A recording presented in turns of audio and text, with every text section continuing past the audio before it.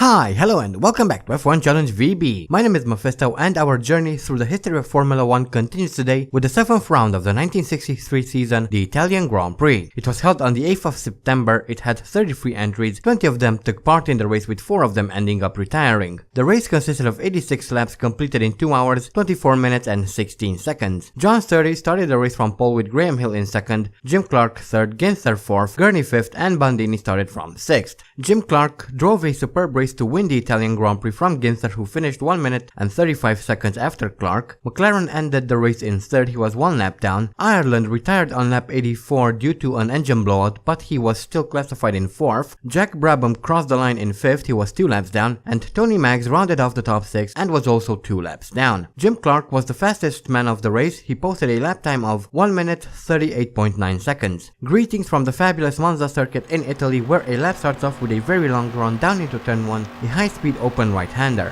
which leads us into Roggia, a left-hand sweeper that takes us into the Lesmo, a double apex right-hander. Brake hard for Lesmo 1 and take it easy coming out of the corner. Lesmo 2 is slightly faster, but you should still be careful with power application. Next we come through Curva Via Leone, the corner that claimed the life of the great Alberto Ascari. It is a very fast open left-hander, with cars having a tendency to understeer. Finally we come into Parabolica, a long 180-degree right-hander. Brake hard coming into the corner, then gradually apply power as the corner opens up. But that brings us around onto the main straight, and that is a lap around the Monza circuit, aka the Temple of Speed.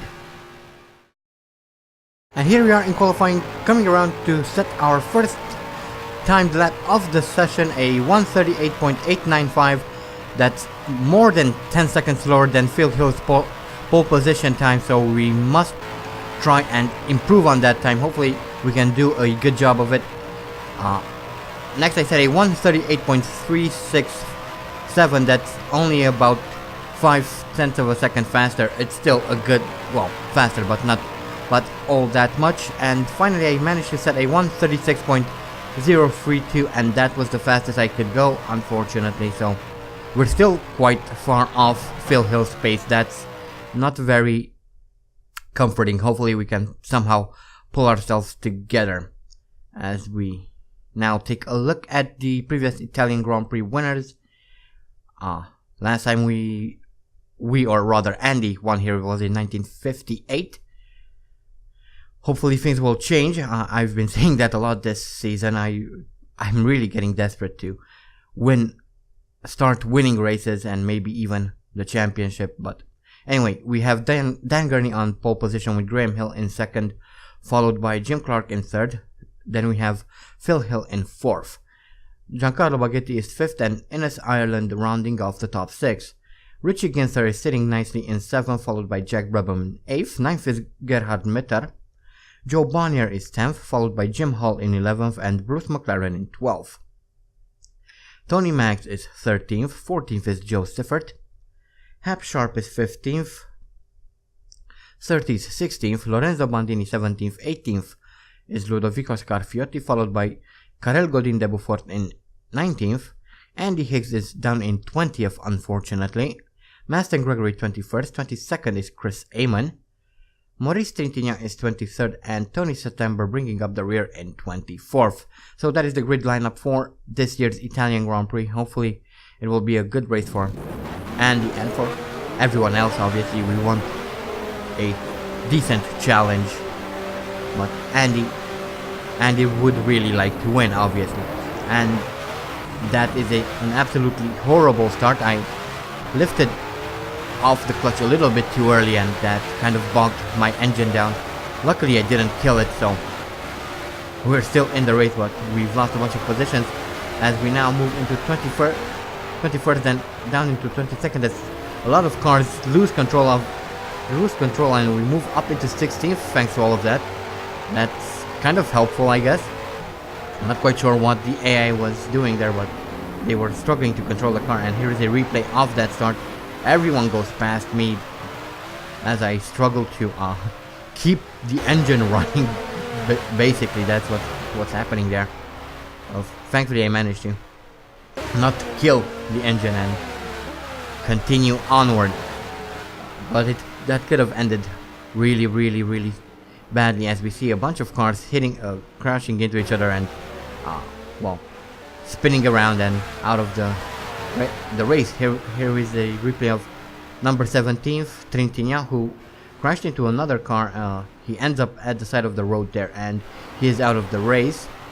And we also have Maston Gregory in the white number 30 car. He loses 38 even. He loses control of his car. He hits the barrier. Thankfully, that kind of keeps him on track. He then crashes into the number 15 car, ends up at the side of the road and out of the Grand Prix. As we now come into Les Modes, there are a bunch of cars going very, very slowly. I'm suspecting someone crashed into someone else here, but that moved us up into 11th, so we gain we've gained a few more positions coming into Les Modes, as now Tony Maggs whizzes past us and out of sight. His car is very, very fast. Now coming through Curva Via Leone, Jim Hall manages to overtake us as well, so we're now down in 13th. Gerhard Mitter is some 4 seconds behind us now as we come into Parabolica. I once again overtake Jim Hall, but I go very wide and into the gravel trap. Luckily I managed to bring the car back onto the track. However, Jim Hall went past us and we are once again down in 13th, but I'm hoping that we'll catch Jim Hall at some point. We are now coming around to finish lap 2 and Bruce McLaren caught up to us. We are somehow in 12th place, I'm not quite sure how.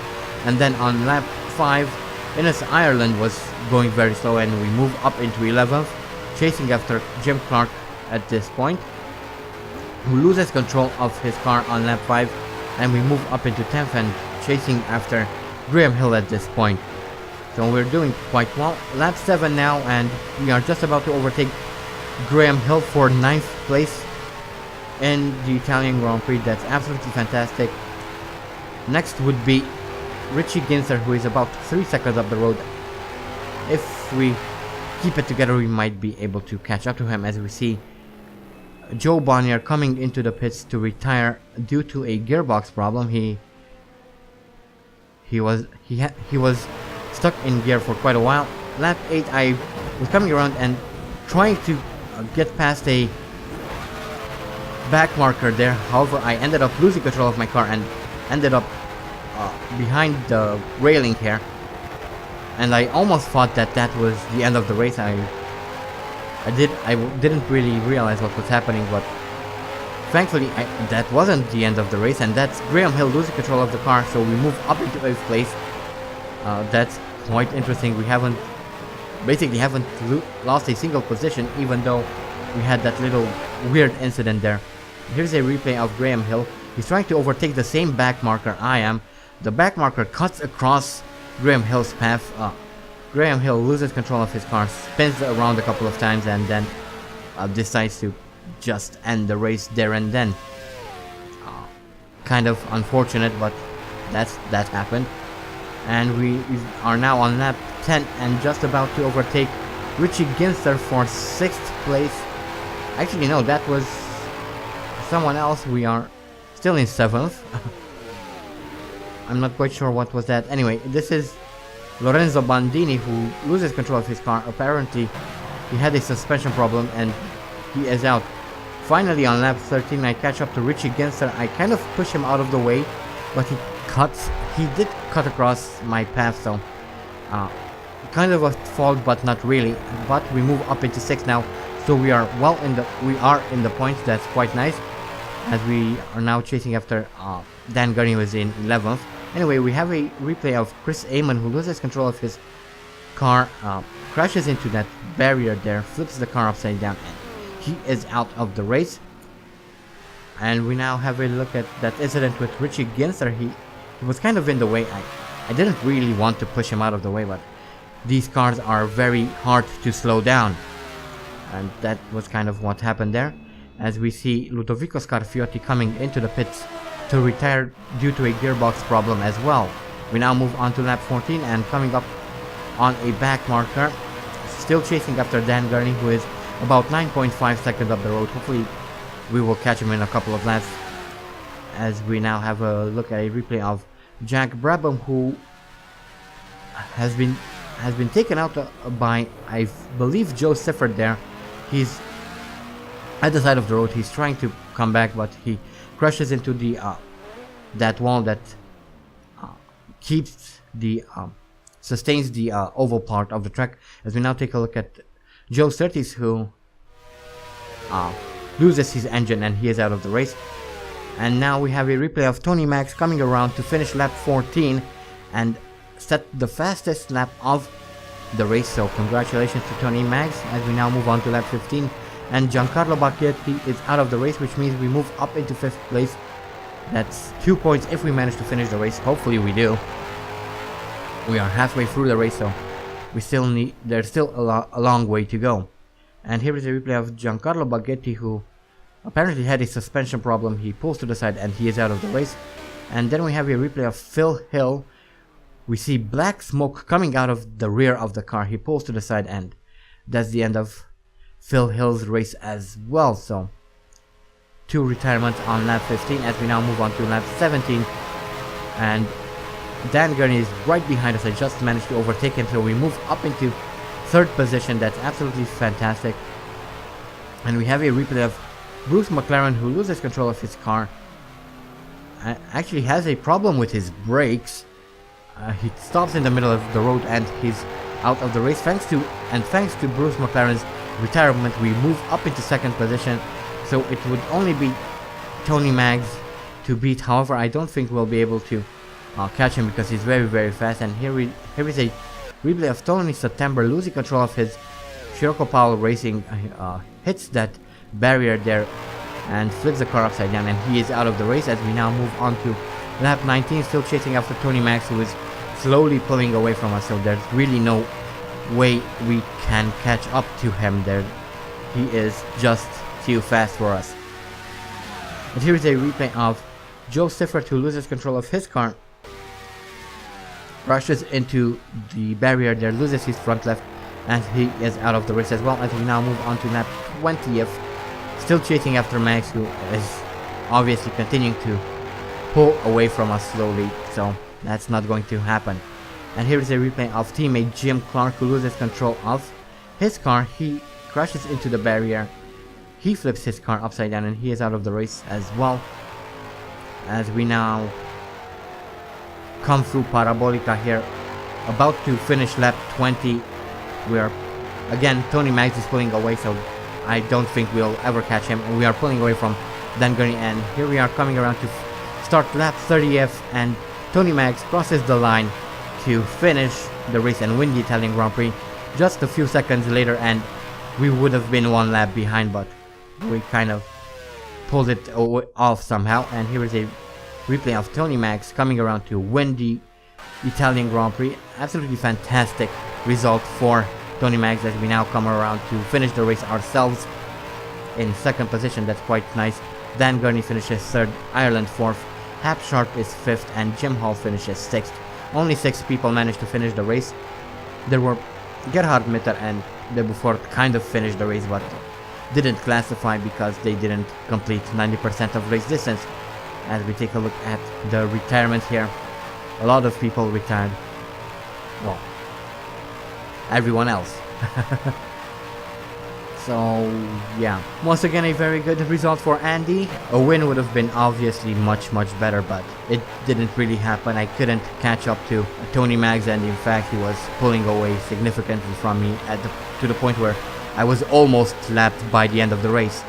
But anyway, here are the career statistics, and this was Andy's 118th Grand Prix. His best start is from 1st, has 8 pole positions, has set 17 fastest laps. His best finishes in 1st, has completed 76 races, 60 of them in the points, has won 35 Grand Prix, 4 at the Indianapolis 500, 6 in Monaco, has 7 championships under his belt, has scored a total of 406 points, has retired 42 times, has experienced 2,545 out of 3,158 laps, has 6 bronze trophies, 12 silver trophies, 35 gold trophies, and as an extension, 35 podiums. And here is a quick look at the championship standings. We've just started to drop points, or rather results, and with all that, we have Dan Gurney in the lead of the championship, Phil Hill and Andy Hicks fighting for 2nd, Surtees, Bonnier, and Max fighting for 4th place at the moment. The last person to score points is Giancarlo Baghetti down in 18th, and bringing up the rear of the standings is Tony September, who is down in 24th. So that is pretty much it for the driver standings. Let's move on to the constructors now. And here we have Brabham Racing leading the constructors with Automobili Turismo Esport and Team Lotus fighting for 2nd. British Racing Partnership are 4th. Ferrari and RRC Walker Racing Team along with Cooper Car Company fighting for 5th. The last team to score points are Team Paolo Racing in 12th, and Scirocco Paolo Racing are down in 13th, being the only team not to score any points this season. So that was the Italian Grand Prix. Once again, a very good race for Andy Higgs. It would have been better to win, obviously, but 2nd place is not all that bad. And I'm starting to notice a pattern here of how things will go, and looking at these results, it wouldn't be too crazy to assume that Andy might not finish the United States Grand Prix, which is our next race at the fantastic, at least in my opinion, Watkins Glen circuit in New York. So looking forward to that. But anyway, that is the end of the video. Not much more to add to that. Obviously, I'm happy for Andy Hicks and for Lotus as well. This is the 3rd time we've managed to finish in the points, which is kind of nice, because the last 2 seasons didn't go very well for Andy, especially the last season, 1962. That was quite horrible for the most part. But anyway, once again, the next race is the United States Grand Prix at Watkins Glen. I'm looking forward to that. I really like that circuit, so hopefully things will go well, and I don't know. We'll have to wait and see. So with that said, don't forget to vote for next season's team. Link is in the description. I also have a 2nd channel where I will be playing all sorts of different games. At the moment, I'm doing a playthrough of Homefront and the Red Solstice. So if you're interested in any of those games, there will be a link in the description to that as well. I hope you guys enjoyed this video. Thank you all so much for watching. And as always, stay sharp.